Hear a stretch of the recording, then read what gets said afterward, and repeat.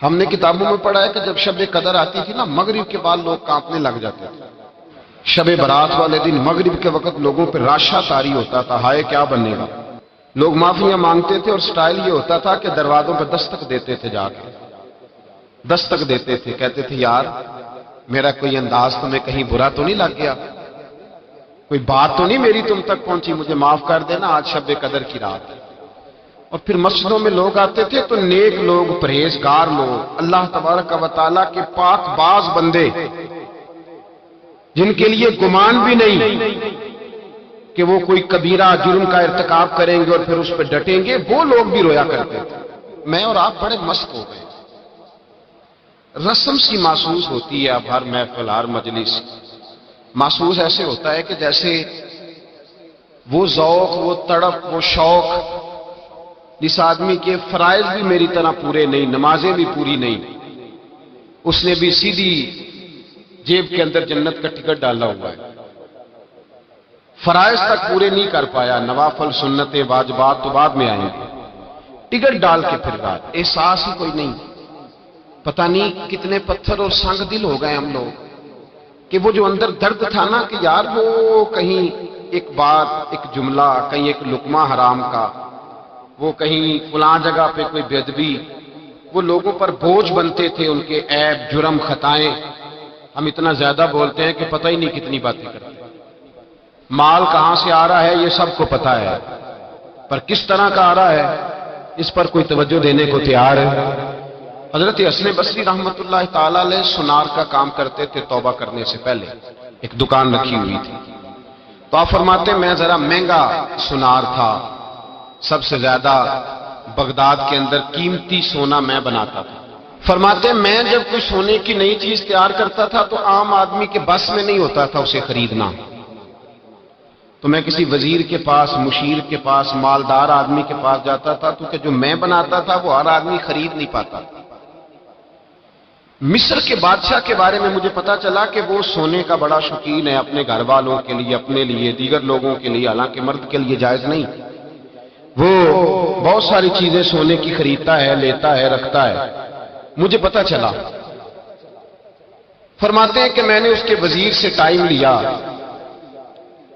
کہا کہ یار میں نے ایک سونے کی چیز بنائی ہے تو عام آدمی تو خرید نہیں سکتا، تو بادشاہ سے وقت لے کے دو۔ وزیر کو میں نے تحفے تحائف بھی دیے، جو طریقہ ہوتا ہے، اس کو کہا میری ملاقات کرا، تو کہنے لگا میں تیری ملاقات ضرور کرا دیتا پر آج نہیں ملاقات ہو سکتی، آج تو بادشاہ اپنے پچھلے گاؤں گیا ہوا ہے۔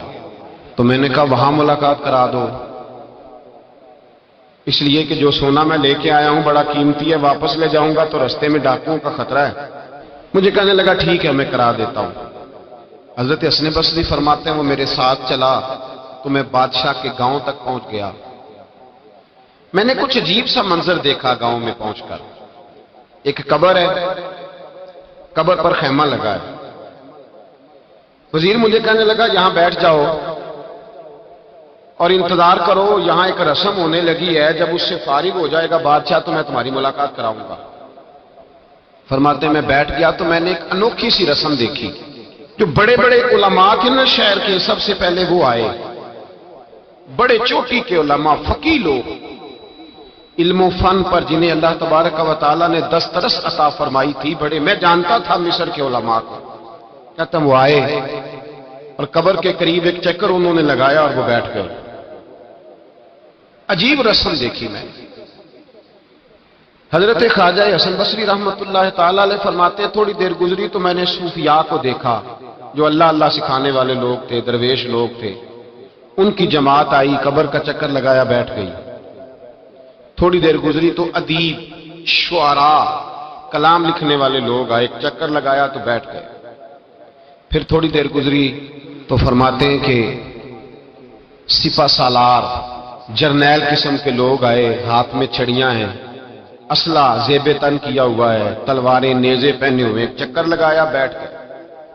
پھر میں نے دیکھا کہ ڈاکٹر، حکیم، طبیب آئے، بڑے بڑے نسخے ہاتھوں میں، قبر کے قریب ایک چکر لگایا تو بیٹھ گئے۔ پھر میں نے دیکھا حسین و جمیل عورتیں آئیں، ایک چکر قبر کا لگایا تو بیٹھ گئیں۔ خواجہ حسن بصری فرماتے ہیں اچانک میری نظر چندھیا گئی، میں تڑپ اٹھا جب میں نے دیکھا کہ بادشاہ نے اپنے سر سے تاج اتارا اور اپنے ہاتھ پہ رکھا۔ پھر بادشاہ قبر کے قریب گیا تو چیخے مار کے رویا، اس درد سے رویا کہ دو آدمی پکڑ کے خیمے میں لٹاتے ہیں، فرماتے ہیں مجھے وہ میں جو کاروبار گیا تھا وہ مجھے بھول گیا۔ میں نے وزیر سے پوچھا کہ یہ کیا ماجرا ہے، میں نے اس طرح کا انداز کہیں دیکھا نہیں، کیا رسم ہے؟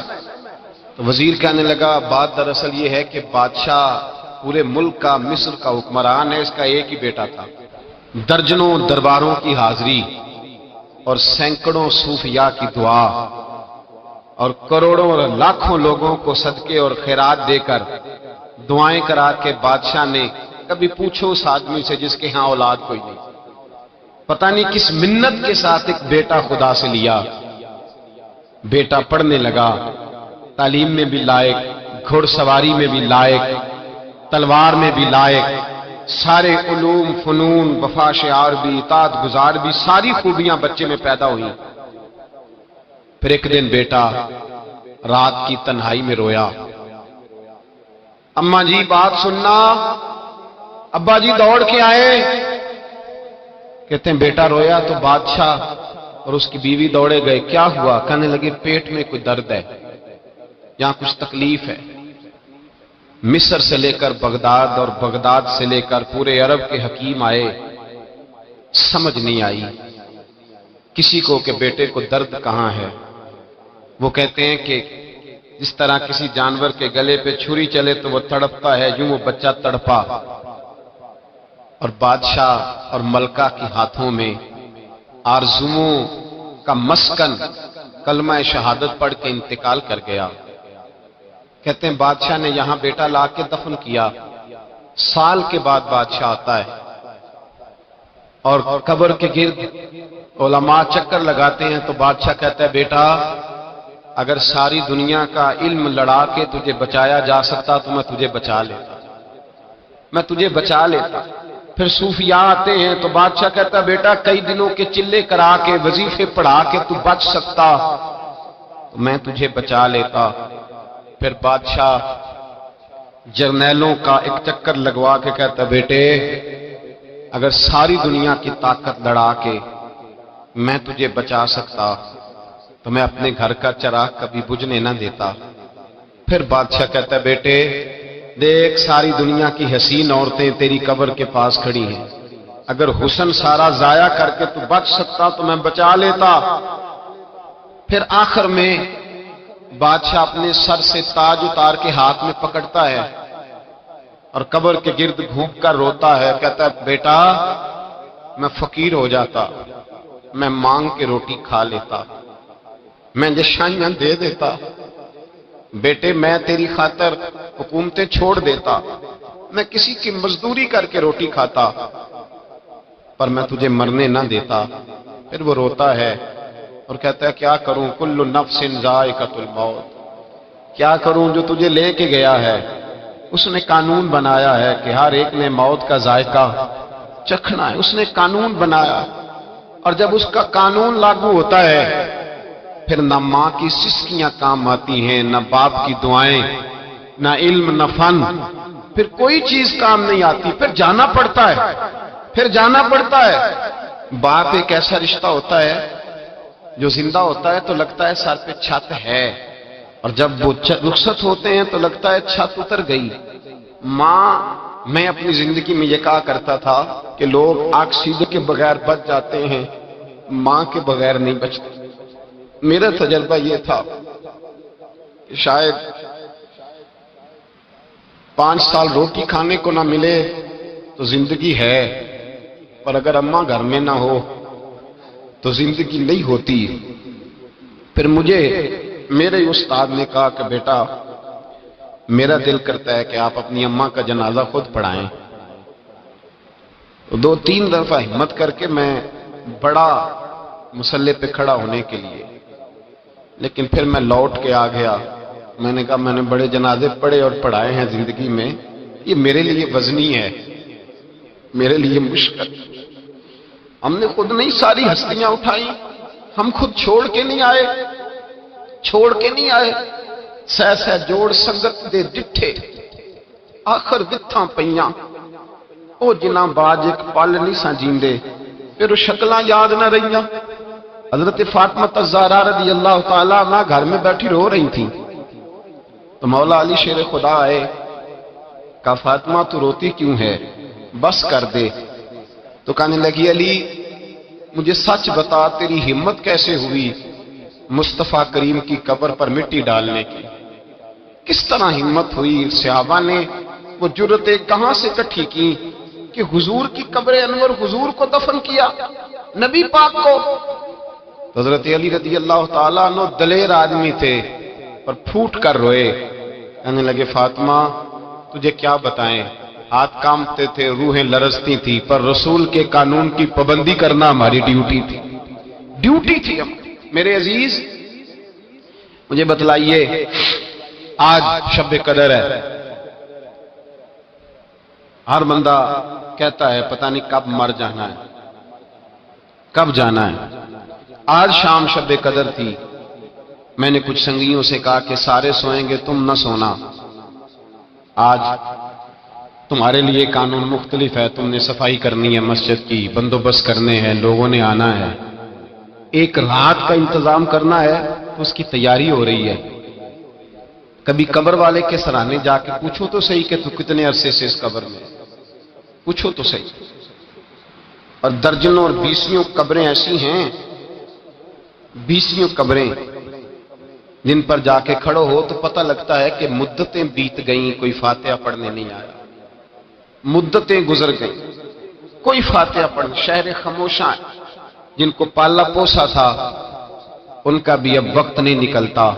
او میرے بھائی تیری تیاری ہے، وقت قریب ہے، بچے، بیوی، ماں باپ، رشتہ دار، بہن بھائی، ان کے ساتھ تیرا جو تعلق ہے وہ ٹوٹنے کے لیے بنا ہے، تمہیں جانا ہے، تجھے یہاں سے اٹھنا ہے اور اپنا اپنا حساب اکیلے دینا ہے، اپنا اپنا، ہتھی بکی مٹی پاندے، ہاتھ نہیں لاندے ڈرتے۔ میں نے ایک بیٹے سے کہا کہ اپنے ابا جی کو خود غسل دو، یہ حق ہے، تو کہنے لگے مجھے ڈر آتا ہے، میت سے ڈر آتا ہے، ہتھی بکی مٹی پاندے تے ہاتھ نہیں لاندے ڈردے، جنہ لی تو پاپ کمائے 10 کتھے نہیں ہو تیرے کر دے۔ لانا بیڑے کو جس کے نام جائیداد کر کے آیا ہے، بیٹیوں کا حق چھین کے، بہنوں کا حق چھین کے، دوستوں کا حق چھین کے، زکاتیں چھوڑ کے جو دیا اس کو کہہ تیری جگہ پہ حساب دے آ کر قبر میں کھڑا۔ اللہ قرآن مجید میں فرماتا ہے سورہ ابراہیم کے اندر کہ لوگ کہیں گے کہ ہمارا مال لے کے ہمیں چھوڑ دیا جائے، ہماری جائیدادیں لے کے ہمیں چھوڑ دیا جائے، پر عرش کا مالک کہے گا نہیں، یہاں وہ سودا نہیں چلتا، حساب دے، بتا۔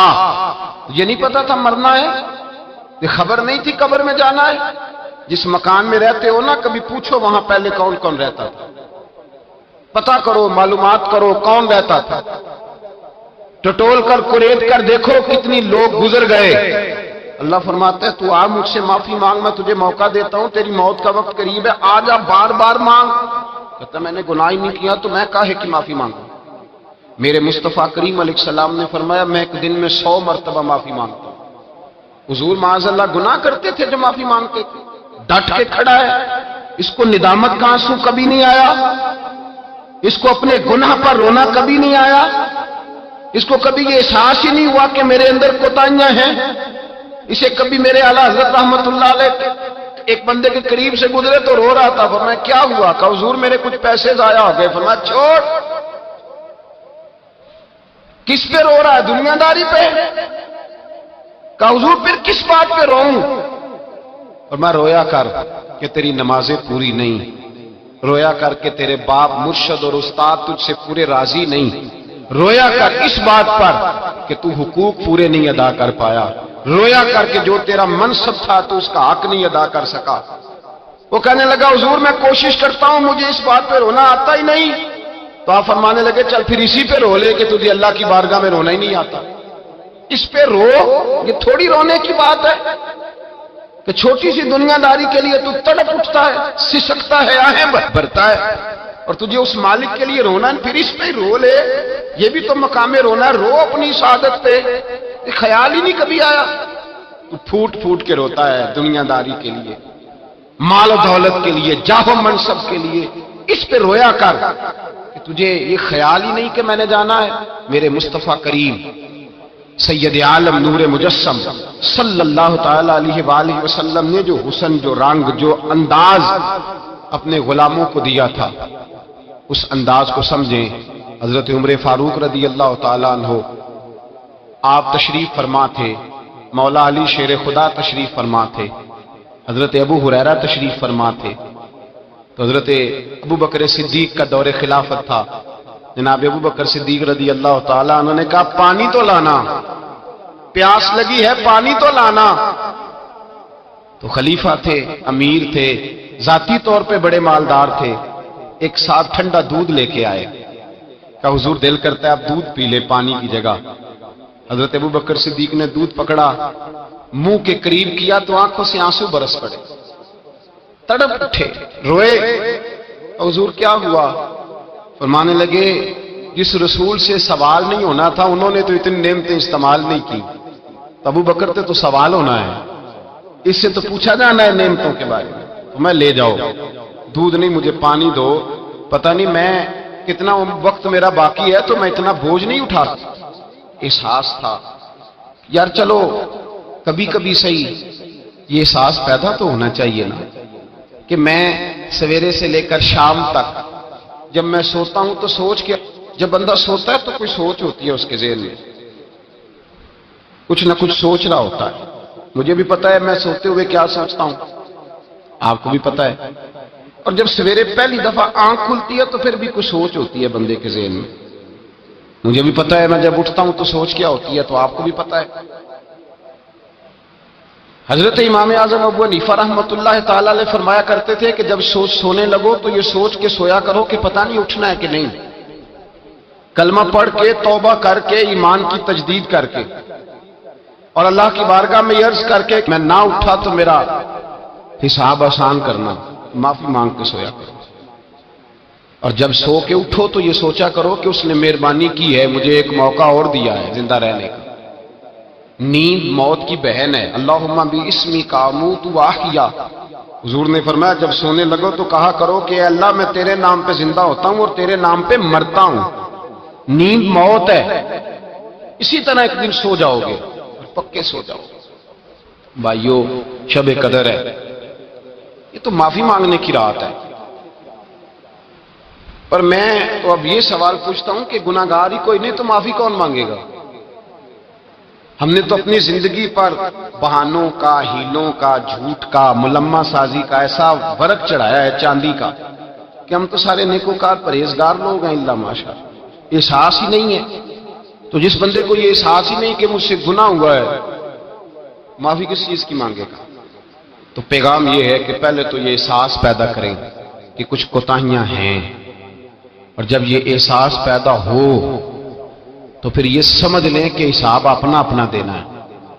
اور جب حساب اپنا اپنا دینا ہے تو پھر یہ بھی سمجھ لیں کہ موت کے وقت کا ہمیں پتہ نہیں، تو اس کا معنی یہ نہیں کہ موت کا وقت مقرر نہیں، وہ اپنے وقت پہ بہرحال وہ آ جائے گی، آئے گی اور لے جائے گی.